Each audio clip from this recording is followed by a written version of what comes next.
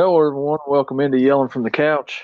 I'm Brent Humphreys, joined by my co-host, Gage Bertovich. Gage, welcome back in. Tough week last week, personally, but a good week for us picking. Yeah, we were talking a little bit before we started here, and neither one of our teams did well. But like you said, the pick'ems, I think we both did very well on. I went 10-5. You also went 10-5 last week, Can't argue with bringing that. our bringing my total up 36-24, and you're 34-26.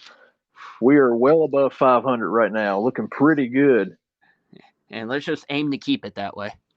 Yeah, the 1 o'clock games kind of got us last week. That's where we lost almost all of ours. Mm-hmm. But after that, we were spot on. So anybody listening, you want to go with those picks, roll with them because we're rolling right now, man.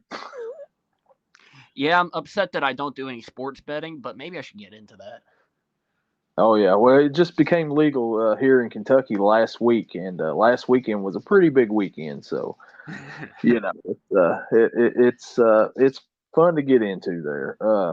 Right now going on, there is a Thursday night game as we are recording this on Thursday. The Bears are taking it to the Commanders right now in Washington D.C. 17-0 in the second quarter with 12 minutes and 55 seconds to go. DJ Moore has 137 yards receiving and 2 touchdowns. Gage, what is up? DJ Moore is going insane. I think it was Chris Collinsworth said that he's having a career in one night. DJ Moore's going off. It's not even halftime. Justin Fields is looking incredible. The offensive line is giving him the protection he needs. I'm just very weary yet to say, oh yeah, they got this in the bag considering the game they had last week against Denver. Absolutely. I mean, we're not going to pick this game, of course, but this is the team that everybody's been talking about in the beginning of the season. The Bears, Justin Fields, new quarterback. We haven't seen it until last week. They kind of showed a little spark, but it was Denver. And now, right now, they are just laying it to the Commanders right now. DJ Moore had over 100 yards in the first quarter alone. Like you said, career game in the first half already. It is insane. And it's crazy to think of like the first couple weeks their offense wasn't able to do anything. And then all of a sudden Chase Claypool's inactive for the second straight game in a row and they've been able to put up a lot of points. Coincidence? I don't know. Yeah, that Chase Claypool situation there, I seen where their GM mentioned something about him today, good luck to him or something. So I don't see that working out real well for the Bears, or for Claypool at least. It might work out better for the Bears, but I don't see Claypool playing in Chicago anymore, and he may be out of the league altogether. Yeah, it wouldn't surprise me if in a week or two if they were to just cut him if they can't find a trade partner for him. And Claypool might resort to playing in the XFL or the CFL or something like that. Yeah, former Steeler who had a promising beginning to his career, and it's just been downhill after like the second season that he was there, and yeah, don't Yeah, know really. yeah, he had a great rookie year and then found TikTok and that's all it wrote. That was it. Juju Smith-Schuster just took him down the wrong path. Yep. All right, man. So let's get into it here. This Sunday coming up will be the first game we'll talk about. 9:30 a.m. The London Jaguars. I'm sorry.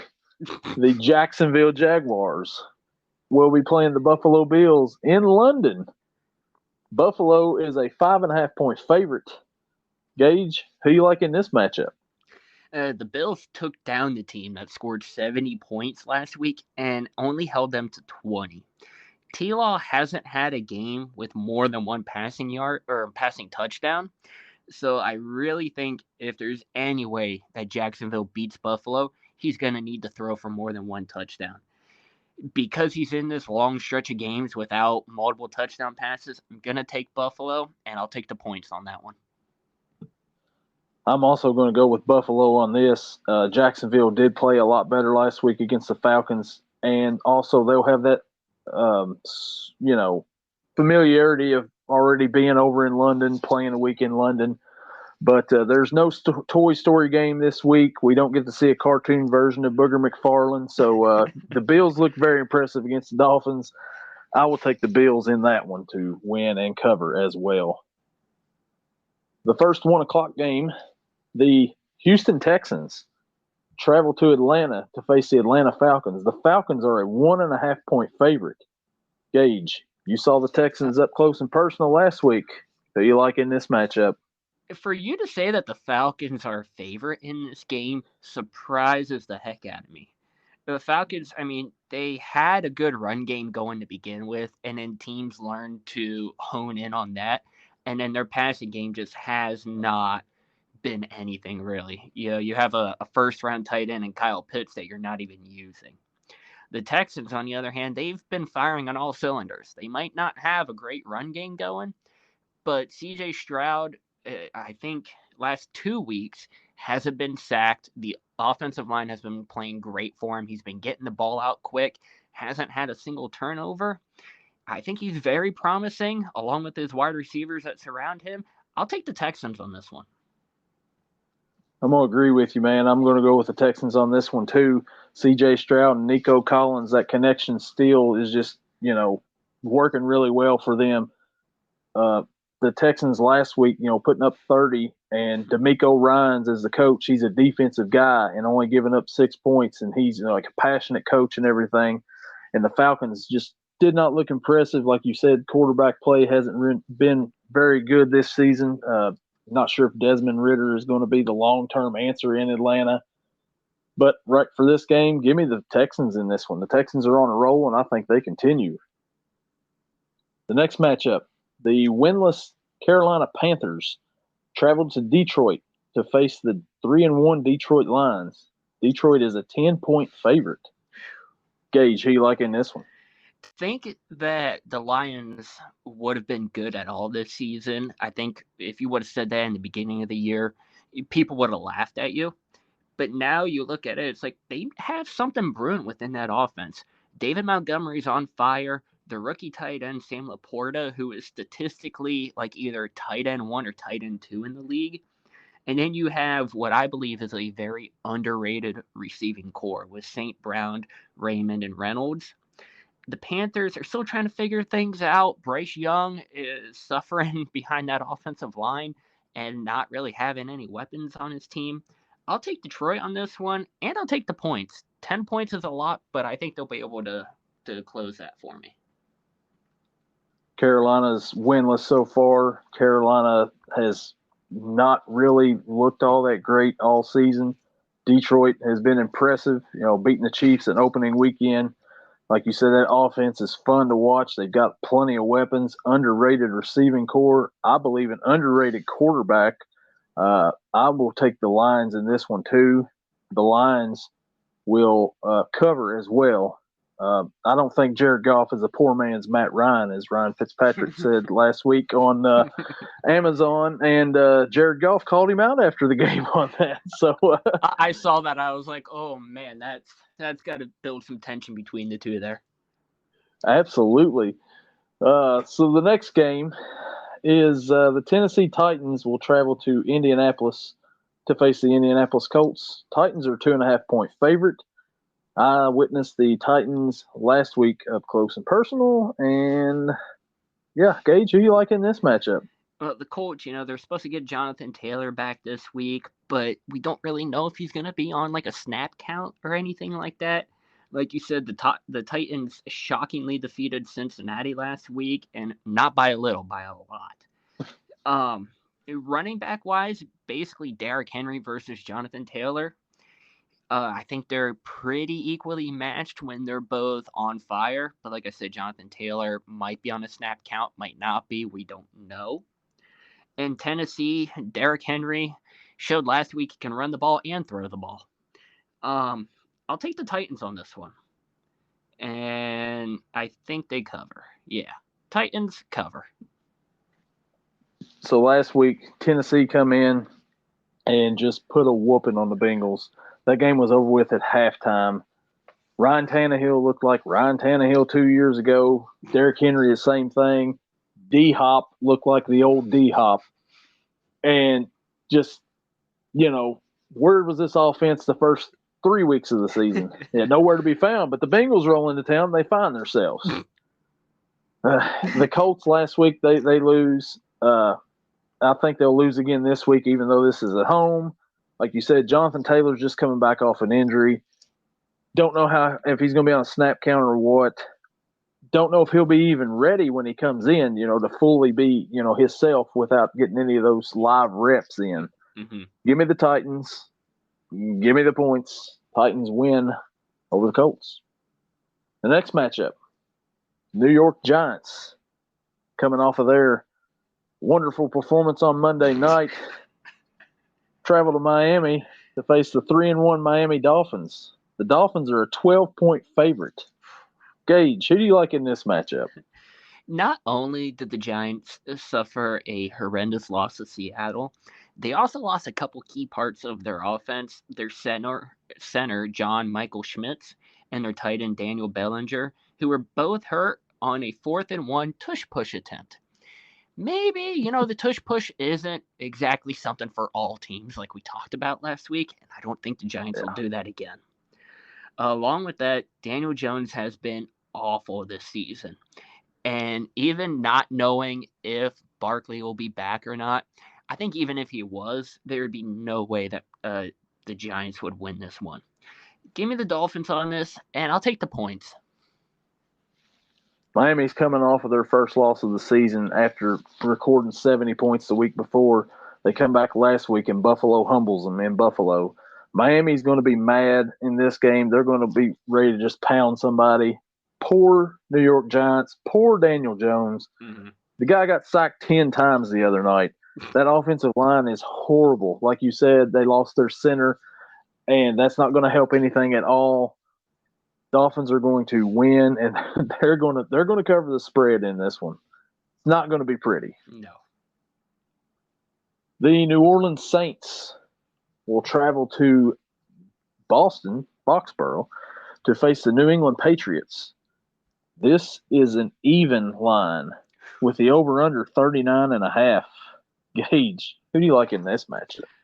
After seeing both of these teams get absolutely smoked last week, I'm not surprised to hear that it's an even line. And 39.5 seems like a very fair number for both of these offenses that have just stuttered their way through the season. The weapons that New Orleans has with Michael Thomas, Chris Olave, Rashid Shaheed, Alvin Kamara, a veteran quarterback in Derek Carr, you wouldn't think that they would be having as much offensive troubles that they're having. But I think it's just so much better with New England. They lost their rookie corner, Christian Gonzalez, and one of their best linebackers in Matthew Judon. Today, we heard that Ramondre Stevenson was limited at practice, so not sure if he'll play. I'm sure he will, but there's always that chance that he doesn't. I'll take New Orleans in this match for me. Obviously, being an even keel on the spread. 39.5, though, I think that game goes over. New England Patriots just traded for J.C. Jackson. They got him back from Los Angeles to kind of replace Gonzalez there. The Patriots looked absolutely dreadful last week, but so did the Saints. We thought the Saints-Bucks matchup was going to be a good one because usually Saints-Bucks matchups are good. Yeah. Was not. Patriots went down. They faced a mad Dallas team, and Dallas put it on them. With that being said, this game's in Foxborough. Bill Belichick is still Bill Belichick. I believe somehow, some way, he's going to find a way to get this team a win.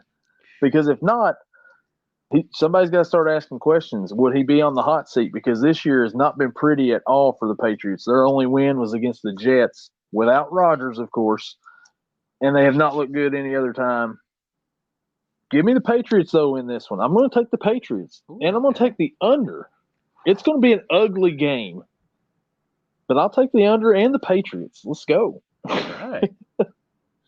Our last 1 o'clock game. You thought that over-under was low? The Baltimore Ravens travel to Pittsburgh to face the Pittsburgh Steelers. Baltimore is a 4.5-point favorite. The over-under is 38. Gage, Who you like in this matchup? I will never pick Pittsburgh again until they fire Matt Canada. Uh, some just like stats that I found. Matt Canada's offense, 4.9 average plays per drive, 32nd in the league. 21.4 average yards per drive, 32nd in the league. A minute and 59 seconds is the average drive length, 32nd in the league. Last week against the Texans, you have 4th and 1, and your running back Najee Harris has been averaging about 5 a carry, and you line up in shotgun and get your starting quarterback hurt. Matt Canada does not deserve a job in the NFL, the CFL, the XFL, high school football, or even Pee Wee football. He should go back to wherever he came from because looking at his college stats, he wasn't even good there. So what he's doing on an NFL team, could not tell you. Kenny Pickett says he's going to play this week. I think it'd be a good idea if they just started Trubisky or Rudolph, let Pickett heal more, and let Rudolph and Trubisky try and lead this team and take some more heat, you could call it, from the Steelers fan base. Give me the Ravens. Give me the points. And just because it's going against the Steelers defense, I'll take the under. Man, ugly performance last week for the Steelers. We talked about it earlier. We hit on it was a rough week personally for both our teams. The Ravens went and they beat down Cleveland.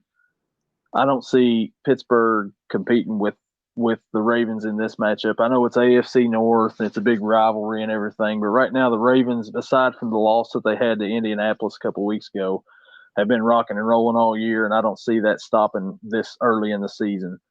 Give me the Ravens. Give me the points. I'll take the under, only because I think it's going to be a low-scoring game, but I think Baltimore, they'll win by at least 10, I would say. Mm-hmm. Now we'll switch to the 4 o'clock games. The Philadelphia Eagles travel out to Inglewood, California to face the LA Rams. Eagles are a 4-point favorite. Gage, who you got in this one? So the Eagles' offense seems like they have finally found their groove. A.J. Brown last week with 2 touchdowns and 170-plus yards on 9 catches. Jalen Hurts going over 300 passing yards finally. DeAndre Swift having another great game. The Rams, however, they get Cooper Kupp back to pair him with Puka and Tutu in the passing game. The running backs for these teams have been playing above expectations. Cam Akers gets traded. Kyron Williams really takes over. I believe he had 2 scores last week. DeAndre Swift, it feels like he's running for 120-plus yards every week. I just don't think that the Rams offense will be able to keep up with Philly. Give me Philly for this one. Give me the points. The Rams come back off of a loss to the Bengals on Monday night to defeat Indianapolis in overtime. Matthew Stafford, like you said, is getting Cooper Kupp back. You have Nakua, all the weapons out there for him. Philly is still Philly. Although they squeaked by the Commanders last week, that's a rivalry game. Mm-hmm. But Philly's going out west. Give me Philly. Give me the points. And correct me if I'm wrong. Have we disagreed on a game yet? I believe we're all in this together, man. So far, I think we are. I feel like there was the one we disagreed on was the Saints and Patriots. You took the Pats. I took the Saints. Right, you're right. But yeah, so far, man. I mean, we're pretty close on these right here. But yeah, right now I'll take that. The next game, 4 o'clock, the Cincinnati Bengals travel to Arizona to face the Arizona Cardinals. The Bengals are a 3-point favorite. And also in this game, this thing right here will show me how much tickets are as low as. Tickets are as low as $17 if you want to travel to Glendale to watch the Bengals and the Cardinals. The lowest one on here right now. Gage, what about it? I might have to take Arizona to catch a game. Although between these two teams, I don't think it'd be any good. I think $17 is still too high. This might be another game that we disagree on. I'll be interested to hear what you say. The Bengals have looked very, very rough this season. And looking at the records, you could say the same thing about the Cardinals, but they've actually done very well. Josh Dobbs has, I think, proven everybody wrong and has shown that he can throw, he can run. He's basically like a Walmart brand of Justin Fields. The Bengals, on the other hand, Burrow said this week that he's 100% over the calf injury. Didn't know he was still dealing with it, so I'm surprised that he says that. And even in the loss last week to the 49ers, the Cardinals being able to move the ball on the ground and in the air was very surprising against a top-tier defense. I'm going to take Arizona in this one. So you're all right. We are going to disagree on this one. I'm picking the Bengals. I mean, they've got to start winning some games. But last week, Joe Burrow, if he says he's 100% over that calf injury, he needs to go out and he needs to prove it. He needs to be mobile in the pocket. He is immobile back there and just a standing target for anybody to come and tee off on him. He's got to move around. Speaking of T Higgins, hurting ribs. Don't know if he's going to play or not. I don't know what the deal is there, but Jamar Chase, he'll be out there. They've got to get that connection going, got to get that running game going, and that defense has got to play better than they did last week with all the stupid penalties that they made. It seems like every time they had a third down, they were making some dumb penalty on the other end and giving a first down to the Titans. They've got to clean it up. I think they'll get it back together. Arizona's a team you should beat. It is at Arizona's place. Like you said, Joshua Dobbs has been like a great value brand of Justin Fields, but hey, it's worked for them. They've been competitive in every game that they've played in. It'll be competitive, but I think the Bengals will win, and I'll give it a push. The 4:25 game, one of the marquee games of the week. The New York Jets fly out to Denver to face the Denver Broncos. Denver is a 2.5-point favorite. Tickets are $57 here, Gage. So it's for a national spotlight game. Who you like in this one? Those ticket prices must have rose after seeing how Zach Wilson played last week. I think he became the first quarterback in the NFL to outplay Patrick Mahomes stat-wise. He might have still lost, but he had less turnovers, more touchdowns, and more yards than Mahomes did. The first quarterback is Zach Wilson. That boggled my mind when I heard that. And Denver's coming off, like we mentioned earlier, a come from behind a win like no one has ever seen. Can the Jets keep it up, though? I don't know. And like I said, the Broncos down last week, but it was against Chicago, who isn't good, like we mentioned. I think that Zach Wilson can continue his play, can continue building that connection with Garrett Wilson. Breece Hall is supposedly not going to be on a snap count anymore, which I thought they said when he came back that he wasn't going to be on a snap count, but it was obvious that he was. Breece Hall being out there, I think, makes a world of difference for this team. I'll take the Jets on this one. You've got to get Breece Hall involved more if you're the Jets. Like you said, if he was on a snap count or not, you've got to get him involved now. They played last week, played really well. Like Zach Wilson balled out that game. I don't know if he was trying to impress Taylor Swift or what happened up there, but he looked pretty good. He made a mistake on that fumble there, but the holding penalty that they called on Sauce Gardner. Oh. I thought Robert Saleh was going to punch an official or something. He was mad. If you would have put helmet and shoulder pads on that guy, he would have been the most dangerous man on the field at the time. That's how fired up he was.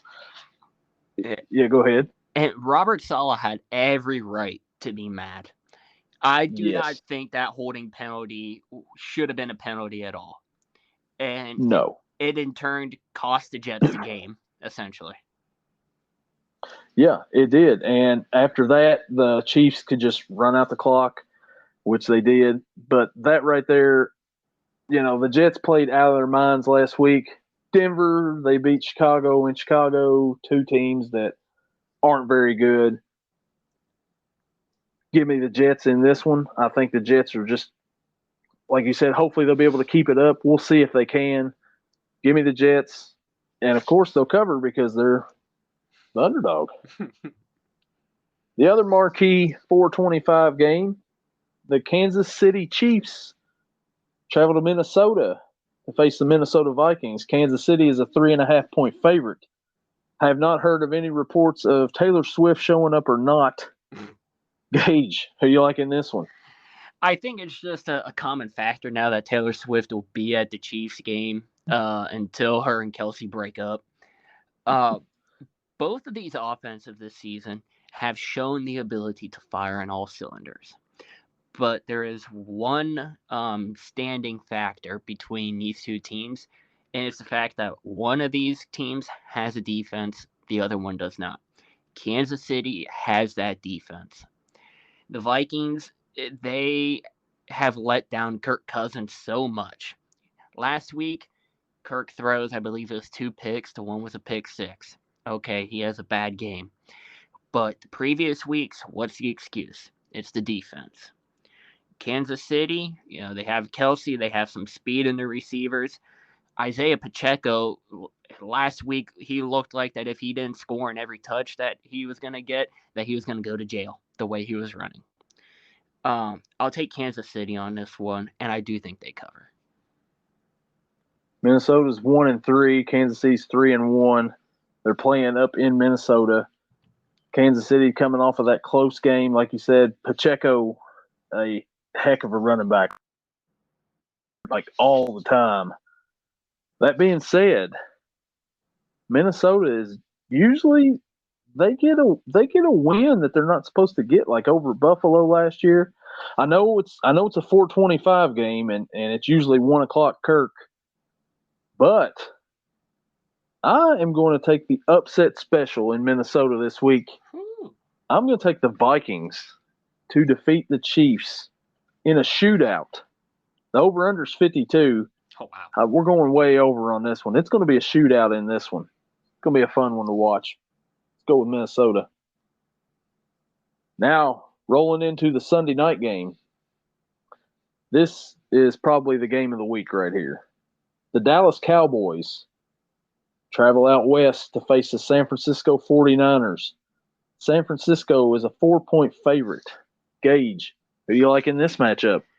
I feel that the 49ers are absolutely unbeatable when they're fully healthy. And coming into this coming week, they are fully healthy. You have CMC, Brandon Ayuk, Deebo Samuel, just to name a few on the offense. And then you go to the defensive side, you have Nick Bosa, Fred Warner, Hufanga. There is no weak spot, I believe, on this 49ers team. Then you look at the Cowboys, and it's like, oh, you guys lost to Arizona. Okay, that's cool. I don't know if there's a team that can beat the 49ers right now. Maybe Philly. With that being said, I'll take the Niners on this, and I'll take the points. I'm going to agree with you on this one here. The Niners are the best team in the NFL right now, and when healthy, I don't see anybody beating them. Of course, there's going to be injuries. That's what happened to them last year when they had to start Josh Johnson in a playoff game. This year, they've got the pieces everywhere. Like you said, offense, defense. They're just too much. I mean, for Dallas, coming off a big win last week over the Patriots, a beatdown. But the week before they lost to Arizona in Arizona. This game's in San Fran. The Niners are going to win. They're going to cover. It may be a 2-touchdown game right here. Mm-hmm. But it'll be interesting to see. Now we switch over to the Monday night game. The Green Bay Packers travel to Las Vegas to face the Las Vegas Raiders. Vegas is a 1-point favorite. Devontae Adams playing his old team. Who you like in this one, Gage? I know that Jimmy G didn't play last week because he had the concussion.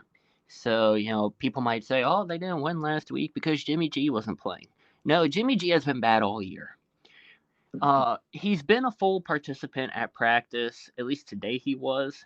I expect him to play this week. He leads the league in interceptions, I believe, still. And they have yet to get Devontae Adams consistently. He had the big game against Pittsburgh, and then that really was it for him. And on the other side, the Packers, we know, can be successful. They have the potential.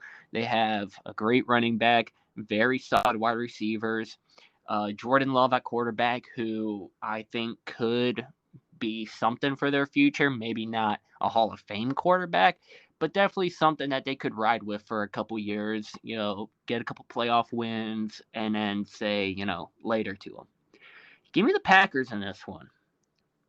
And Oh, yeah, oh Pack. sorry. No, you're good. Packers on this one, and no point coverage. I'm also going to go with the Packers in this one. Like you said, the Raiders, Jimmy G, was in concussion protocol last week, but it really didn't matter if it was him or O'Connell out there quarterbacking. It don't matter this week either. They got Devontae Adams. The Packers don't, but it doesn't matter because look who's throwing to him. It's Jimmy G. They used to say all Jimmy G does is win, but who was he with when he was winning all that? Who was around him? That roster in San Francisco is ridiculous. And, Brock Purdy is, he controls the game pretty good. But I'm pretty sure you could put some just middle of the pack quarterback like a Jimmy G and make an NFC championship game a couple times and possibly a Super Bowl, which is what happened. Give me the Packers in this one. And I think that they will, of course, they'll cover. The bye week this week teams is the stinking Cleveland Browns, the Los Angeles Chargers, Seattle Seahawks, and the Tampa Bay Bucks. So this week I can't pick against the Bucks because they're on a bye. It hasn't worked out too well for me yet, so I won't get a loss in that one at least. And you said about the Chargers too. Watching Khalil Mack go off last week for 6 sacks. Man. That was incredible to watch. It was like they could have triple teamed him and he still would have got through. It's like he's back. I mean, we haven't heard from Khalil Mack for a while, but it was the return of the Mack last week with the 6 sacks. Like you said, it was amazing to watch. What game are you looking most forward to watching this week, Gage, aside from your Steelers? I think this one, you'll be surprised to hear. The Bengals and the Cardinals. Just because both teams have struggled so much, but I love watching the Cardinals because at the beginning of the season, it was like, oh, they're going to tank for Caleb Williams and all this. And Josh Dobbs has kind of stepped in and said, no, we're, trying to win here. And the Bengals, it's like, can they get back on track? Can Joe Burrow pick it up? Can T. Higgins get a game where he goes over 50 yards? I think it'll be interesting to see. And I love Joe Mixon, so. And you probably got a little soft spot for Josh Dobbs, too, former Pittsburgh quarterback, right? Is that a little bit of that? A little bit of that, yeah, and James Conner at running back. Exactly, yep, James Conner.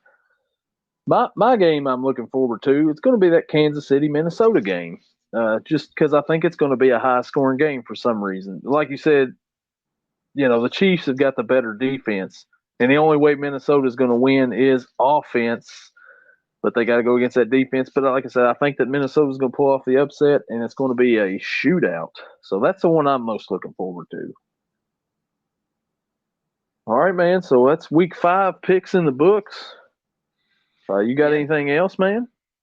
Just real quickly, Cole Kmet went in and scored another touchdown for the Bears. The Bears lead 27-3. I almost want to say that it's not even halftime yet, so I think the Chicago Bears have this one in the bag. But once again, anything can happen, like we saw last week with them. Yeah, well, congratulations to the Bears on their first win of the season. I may be saying it prematurely. I mean, Washington come out here and get 4 touchdowns in the second half, and it'd be over with. But you probably just jinxed Chicago. Now would be a good time to go put money line on the Commanders to win the middle game parlay. All right, man. Well, I appreciate you coming on again this week. We'll come back again next week. Hopefully, we had almost all the same picks, so hopefully we're about the same record next week. We had 3 games different, I think. Yep, I'm very surprised on how much we have agreed on. Yeah, we've been a little off, the first 4 weeks, but I don't know. Maybe we're starting to connect a little bit here, and we're all just going to pick the same thing every week. I don't know. We'll see. All right, man. We'll see you later, man. Alrighty, I'll talk to you later. Thank you. Yay!